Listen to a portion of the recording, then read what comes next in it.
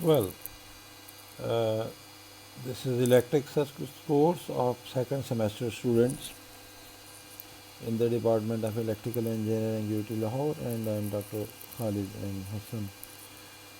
All students, they know the textbook. I'm showing the textbook for those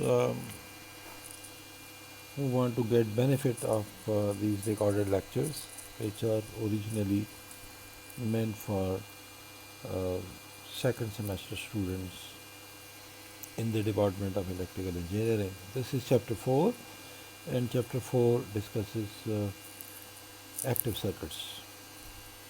And in today's lecture, uh,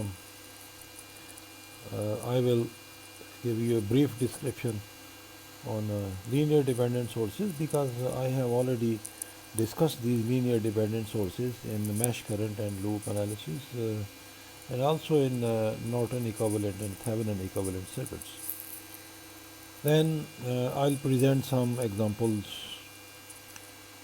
in the analysis of circuits with dependent sources, and then um, a brief introduction of the operational amplifier. It is not a detailed discussion on the operational amplifier. It's a brief due to the scope of this course of electric circuits in second semester students. And these topics will be discussed in part 2 of the lecture. Now, linear dependent sources, as I have told, we discuss linear dependent sources in node analysis, in mesh analysis, and in Thevenin and Norton equivalent circuit. Though our textbook does not discuss the linear dependent sources along with the node voltage method and mesh analysis method in Thevenin and Norton in chapter number 3, but I started discussing these in order to give you a good familiarity about it. Now, I hope students who have listened my previous lectures, they know very well about the dependent voltage and current sources. The symbol is same. The symbol is just a diamond shape. It's everywhere. In all, the symbol is same. It is only in here. It is the polarity of the voltage, and over here it is the direction of the current, which indicates that it is a voltage source or a current source. It is a voltage source and controlled by a voltage signal V1, and this V1 is the voltage across two terminals of our device, active device. We'll see later. This one is a current controlled voltage source, because the control variable is current, and current is flowing through some branch in the circuit. Voltage controlled current source, voltage controlled. Control variable is voltage, which again appears across a pair of terminals. And the last one is the current controlled current source. So this way, these are the 4 types of dependent sources which we are going to discuss in this lecture. Now, important thing in these letter symbol notations is that the mu over here in the voltage controlled voltage source, and R and G and this beta, all these symbols are basically a gain of the control sources, gain. So the gain may or may not have a dimension. Say for example, this is a voltage source controlled by the voltage. So voltage divided by voltage, it is dimensionless. It is voltage gain. And this is a current source and controlled by the current. And Current divided by current means it is a dimensionless. And now, in a current controlled voltage source, we control the voltage due to the current. Therefore, its dimension is its unit is ohm, and it is trans resistance.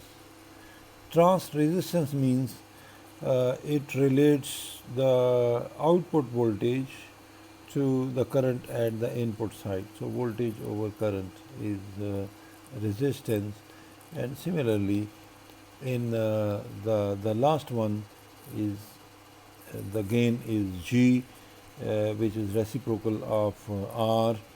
So the units of R is ohm and the unit of G is mole, and it is transconductance. Reciprocal of resistance is known as conductance. Now, what are active devices? Quickly, we can say that active devices are components that require external power supply to operate properly, and we'll see how we use external power supply with active devices. And active circuits are those circuits that contain one or more active devices. As simple as anything, a circuit which have one or more active devices is known as active circuits. Now, two active devices which we are going to discuss are the number one is bipolar junction transistor, and number two is operational amplifier. And transistor usually a three-terminal device, and operational amplifier it's more than three terminals or pins over here. Due to their VI characteristics, voltage current characteristics at the input and output side, we develop a model to represent the voltage current behavior of an active device on paper. So active devices working in a linear mode, this is very important, linear mode, are modeled using resistors and one or more dependent sources. So in the model of an active device, say for example here this is model of a transistor, and in this model of the transistor we'll see there is one resistor and one dependent source. This is a model of a transistor. So I'll say a few words about the transistor. As you know, due to your college physics, that the symbol of a transistor, this is NPN transistor, this is a NPN transistor, and this one is the PNP transistor. There are many types of transistors. I will just discuss bipolar junction transistors.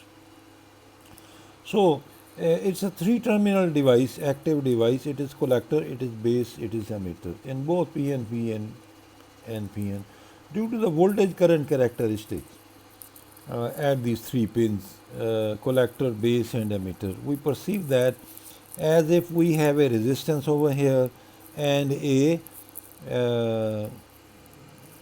current controlled current source, a dependent source. In the actual model, this is a simplified model. And in the actual model, this is a simplified model of a BJT. In the actual model, you may see a resistance over here, you may see a resistance over here, a capacitance over here, maybe a capacitance over here, and a capacitance over here. So this is more we include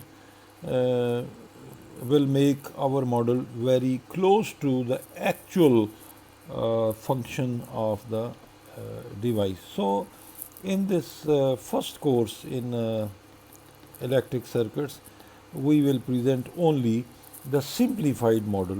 Only the simplified model of the BJT will be presented. Now the circuit, the model can also be drawn like this. So in this model you see it is a collector, and collector is here, and we have a base, and we have base here, and emitter. We can show the emitter over here. The bottom node over here is just one node. It is, we can show it like this. So in many textbooks in electronics or circuits, you will see this type of model. So both models are same. Both models are same. We just present it like this, or like shown above. Now the operational amplifier. Operational amplifier manufactured on a chip, means on an integrated circuit, shown over here. This is DIP, dual inline package, and the top view is shown over here. This is the top view of with all pin numbers, and few of you will know that a notch over here, it is used to identify pin number 1, 2, 3, 4, and then over here counterclockwise pin number 5, 6, 7, 8. So in a DIP package, this is a method we identify pin number. So identification of pin number is very important, because due to this pin number, it is the pin number due to which we can see what is inside. So what is the meaning, what is the function of pin number 1? Here not shown. This pin number 2. Pin number 2 is due to this negative sign, it is inverting input of the operational amplifier, and this is this is pin number 3. This pin number 3 is the non-inverting input, and pin number 4, this should be pin number 4. So pin number 4 is the supply minus VCC, and pin number 5 not shown here. I'll show you quickly in a moment. Pin number 6 is the output voltage, and at pin number 7 we apply plus VCC, and pin number 8 is not connected. It is not connected, and I will show you the detailed diagram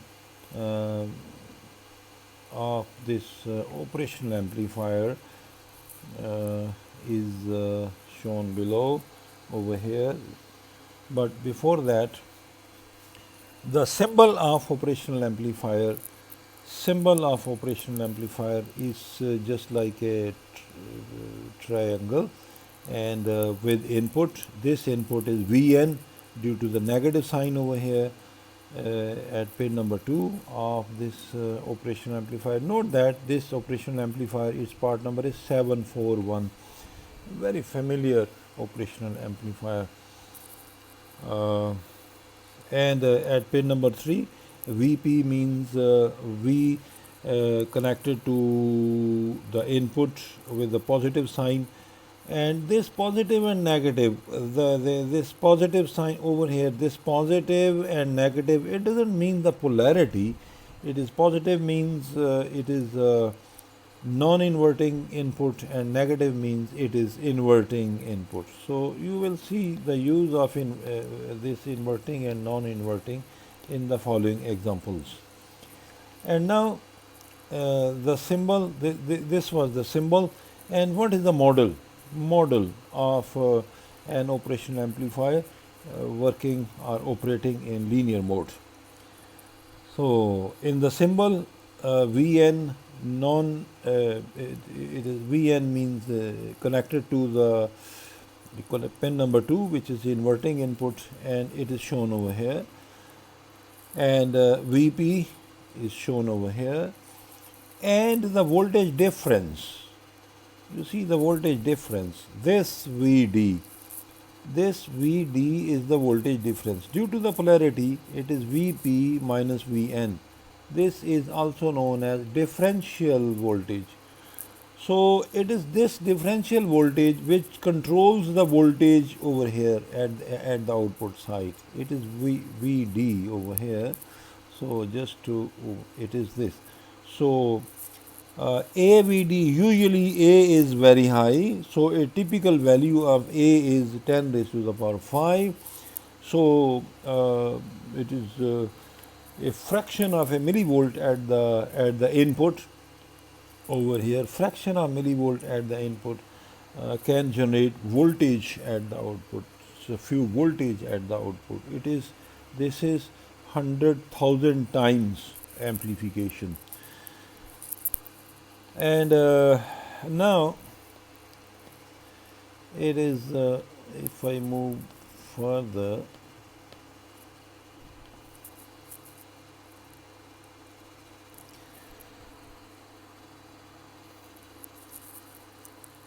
okay, just another slide over here. This is the actual chip. This is DIP, dual inline package.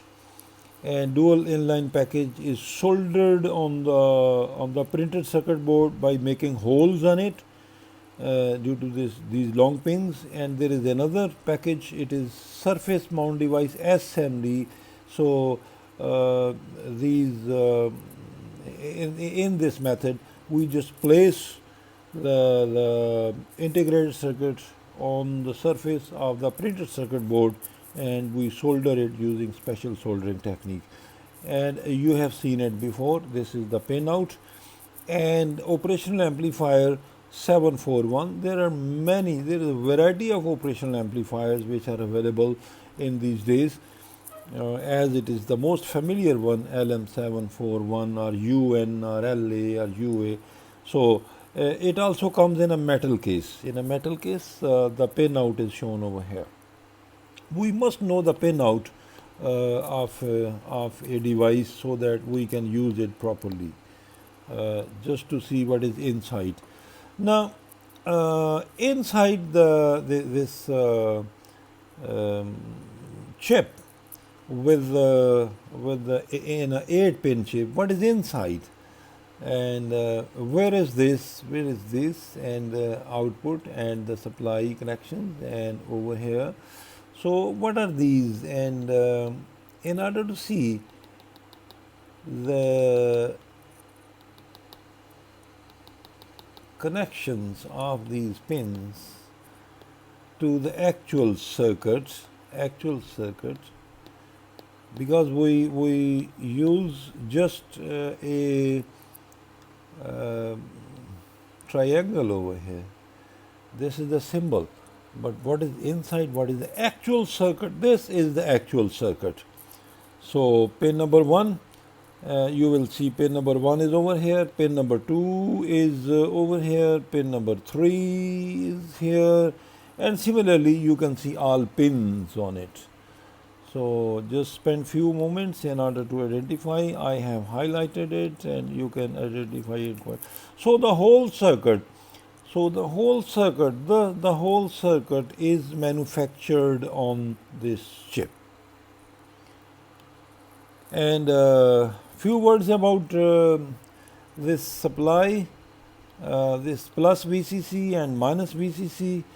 Due to dual supply plus VCC and minus VCC, we use a supply over here of 15 volt. Usually the operational amplifier supply is 15 volt, 18 volt. It comes with a 3.3 volts and even in the range of 60 volts. It depends on the application of the intended application of the operational amplifier for which it is say designed and made. So if we have two 15 volt supplies and we connect the common terminal over here, negative of the top supply and positive of the bottom supply, if we connect these two, and we consider it as a reference. Then due to this reference, we will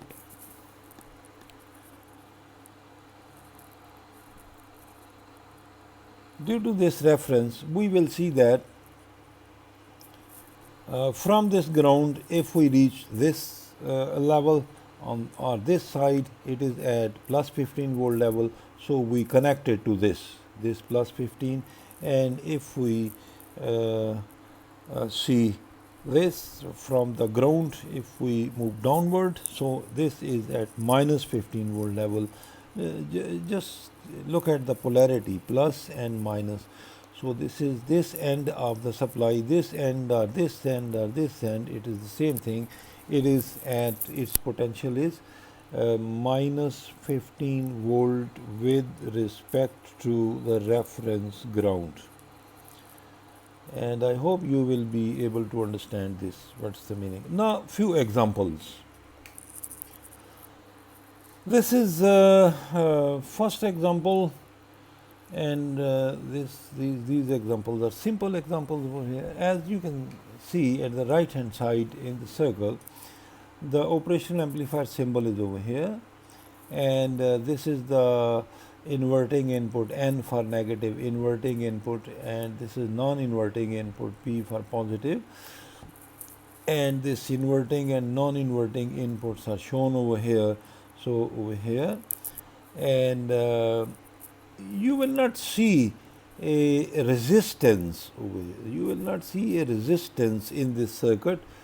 If you see the model over here, the before, I'm just saying that the resistance, this resistance, so this resistance Ri, this is Ri, it is absent over here. It is the resistance is not shown that over here.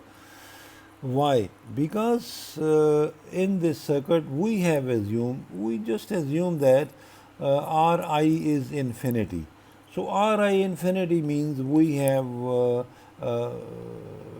removed Ri input resistance, or it is open. Sorry, it is open. These two nodes are open. I mean this one,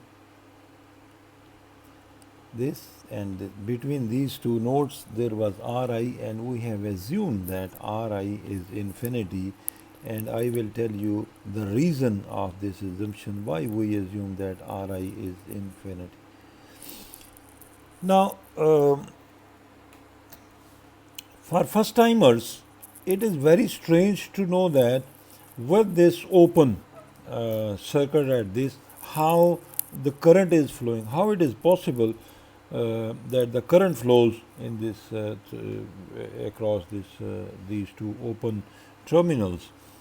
But note that it is not open. It is the model of the operational amplifier. It is the model of the operational amplifier we have perceived, and this is a simplified model of operational amplifier. And current, indeed, some current flows through it. And now, to end this circuit, what we want to do is we want to find the voltage gain, VO divided by VI. What is VO? VO appears across the resistance at the output, which is RL. VO divided by VI. So in order to see the ratio, we need to write node equations or mesh equations, whatever is appropriate. Though we have it doesn't look like a mesh, but we can move around like this in this direction. We know what is the voltage across RS, and it will be the polarity due to this current. So this voltage drop is RSIS, and we know this voltage drop over here. This voltage drop, it is Vx. This voltage is Vx. So this is over here. This is the drop, and when we complete the path over here, So this is Vi from negative to positive. This is the voltage rise, and we show it on this side. So this way we can have an equation, and if we see at the output side and we follow the direction of IO, this is our assumed direction of IO. Actual current in this loop may be opposite to that, and we will see it is opposite. So following the direction, so okay, say clockwise, due to this direction, due to the direction over here, what is the voltage drop over here? It is RC multiplied by RO. The voltage drop over here, this is RL multiplied by R. So and then we complete it over here. So this is plus to minus. This is a voltage drop, and what is this voltage drop? It is mu Vx equal to all equal to 0. So we have another equation, and now due to these two equations, we can see that this equation gives us IO. So just IO. So this is IO, and what is VO? VO is RL multiplied by this RL multiplied by VO, and if we compute the ratio, if we see the ratio, so this is the ratio, and this ratio is output voltage divided by input voltage. This is voltage gain, and it is dimensionless. This K is dimensionless. Voltage divided by voltage, it is dimensionless now. Now we see another example. Basically, it is the same circuit. If you see, if we take the circuit over here, it is the same circuit over here. At the bottom, I'm saying this circuit. It's the same circuit, but what do we do in this circuit is that we use a resistance. Then we have labeled it RF. If we place this, if we connect this resistance over here, and now we see loop or mesh and node equation, whatever is appropriate. Now we see again at the input side, this is the equation, direction of the current IS which is flowing through it. So the voltage across RS, this is RSIS, and then the voltage across this RF, this is RFIS, and over here this is voltage rise, so we write it at the right hand side, and this is also voltage rise, we write it at the right hand side. So it gives us equation. We have one equation, and now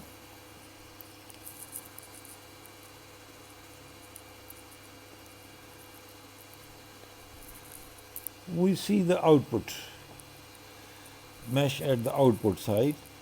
So the voltage here RCIO, the voltage over here, this is also a voltage drop RLIO, and through this, okay, like that.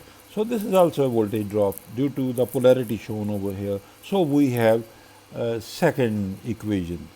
So due to this, due to these two equations, we can find the voltage gain K V output divided by V input.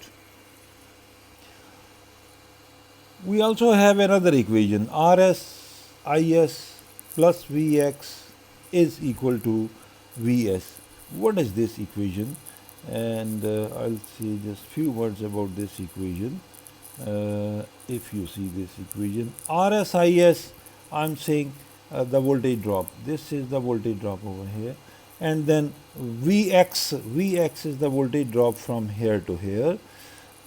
Though there is no component over here, we don't see any component over here.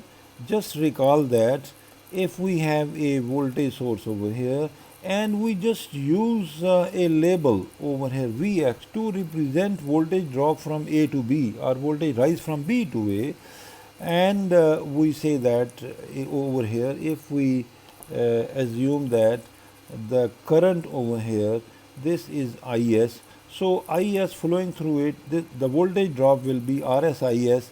This is the voltage drop Vx, though we don't know what is over here, but as we are using letter symbols to use the voltage drop, whatever this voltage drop may be, and then we complete our path, and this is voltage rise.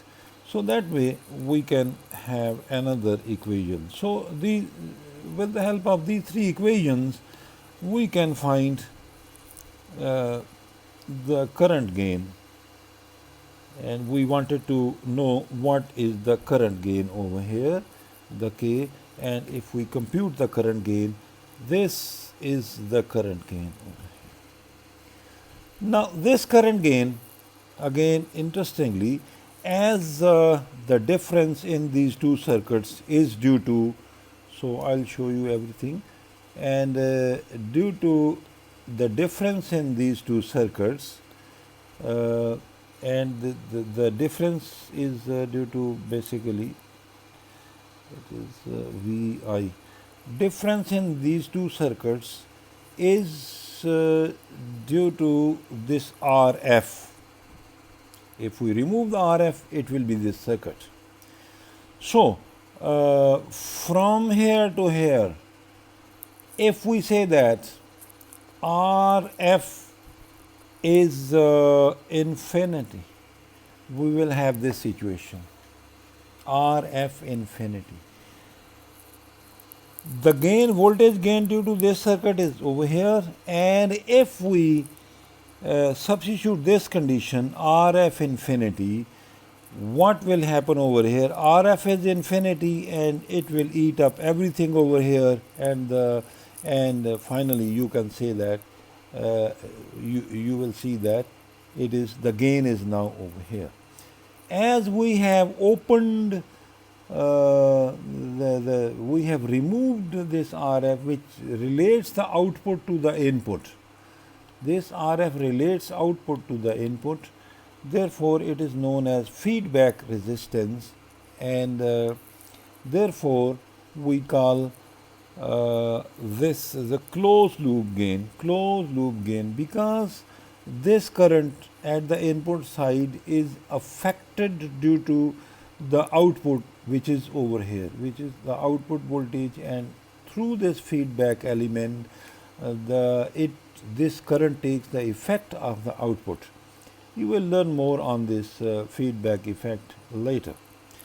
So if we remove this, again, I'm saying it again and again to convince you, if we remove RF, it is our open loop gain, but if we keep this RF intact, this is the closed loop gain. Now you see that what is the difference between open loop gain and the closed loop gain. While the open loop gain over here, this open loop gain is fixed. The open loop gain is fixed. Why? Because U is fixed. A typical value of mu is voltage gain is 10 raised to 500,000, and RL is fixed and RC is fixed, therefore K is fixed. But here in the closed loop, though mu and RL and RC, this is fixed, but we can change RF and we can change RS in it. Later you will see that we usually change RS and RF in order to adjust the value of of this gain, voltage gain.